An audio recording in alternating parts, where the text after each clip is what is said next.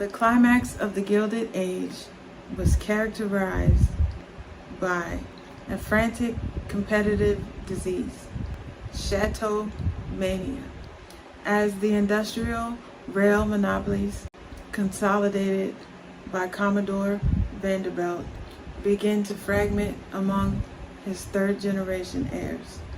The family's liquidity was systematically converted into massive, unmanageable stone fortresses across the American landscape.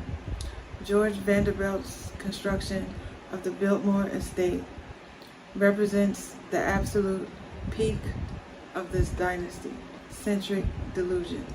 The project required a complete alteration of the local ecosystem, clearing entire mountainsides, building a private brick factory, and laying a dedicated rail line just to transport foreign limestone into the Blue Ridge Mountains.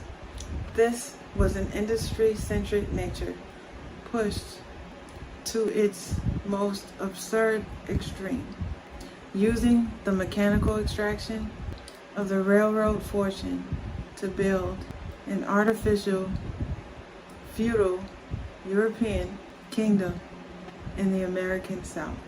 The tragic irony of this era-centric minimalism was that the physical scale of the estate completely destroyed the internal software. The house was too large to be lived in. It functioned as a sterile museum of unfulfilled desires.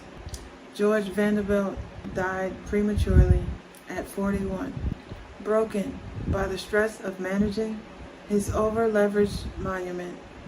His legacy stands as a sobering reminder to the end of the Gilded Age, proving that when an entire dynasty spends its capital building massive, competitive, physical hard drives without any internal software for the human spirit, the resulting architecture becomes nothing more than a highly photogenic tomb of absolute exhaustion.